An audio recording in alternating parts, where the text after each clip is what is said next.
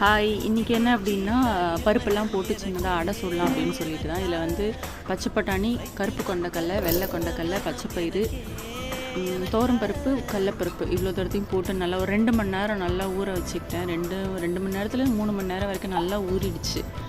ஊறின பிறகு அதில் கொஞ்சோண்டு சோம்பு, உப்பு அவ்வளோதான் தேவைப்படுறோம். சில பேருக்கு பூண்டு வாசனை பிடிக்காது, எங்கள் வீட்லேயும் அந்த மாதிரி தான். நல்லா பூண்டு போடாமல் நல்லா இவ்வளோ தரத்தையும் போட்டு மிக்சியில் நல்லா ஃபைன் கொஞ்சம் பேஸ்ட்டாக அரைச்சிக்கிட்டேன். ஏன்னா குழந்தைங்க சாப்பிட்றதால கொஞ்சம் பேஸ்ட்டாக அரைச்சிட்டேன்.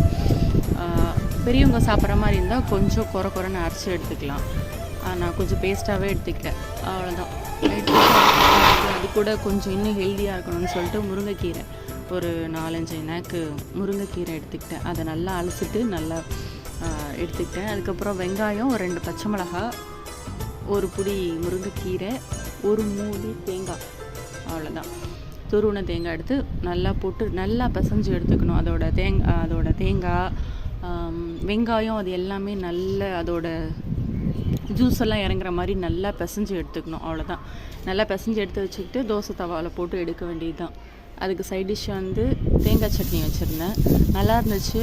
நல்லா மொறுன்ட்டு எடுங்க, இன்னும் சூப்பராக இருக்கும். மூடி போட்டு ஒரு பக்கம் போட்டு மூடி போட்டு வேக வச்சோன்னா இன்னொரு பக்கமும் நல்லா கிறிஸ்பியாக வந்துடும். உடனே எடுத்துடலாம். அவ்வளோதான், முடிஞ்சிச்சு. எப்படி இருக்குன்னு நீங்களும் வீட்டில் ட்ரை பண்ணி பாருங்கள். ரொம்ப நல்லா இருந்துச்சு. பசங்களும் குழந்தைங்களும் நல்லா சாப்பிடுவாங்க. நல்லா இருந்துச்சு. நீங்களும் ட்ரை பண்ணி பார்த்துட்டு எப்படி இருக்குன்னு சொல்லுங்கள். ஓகே, அவ்வளோதான். பாய்.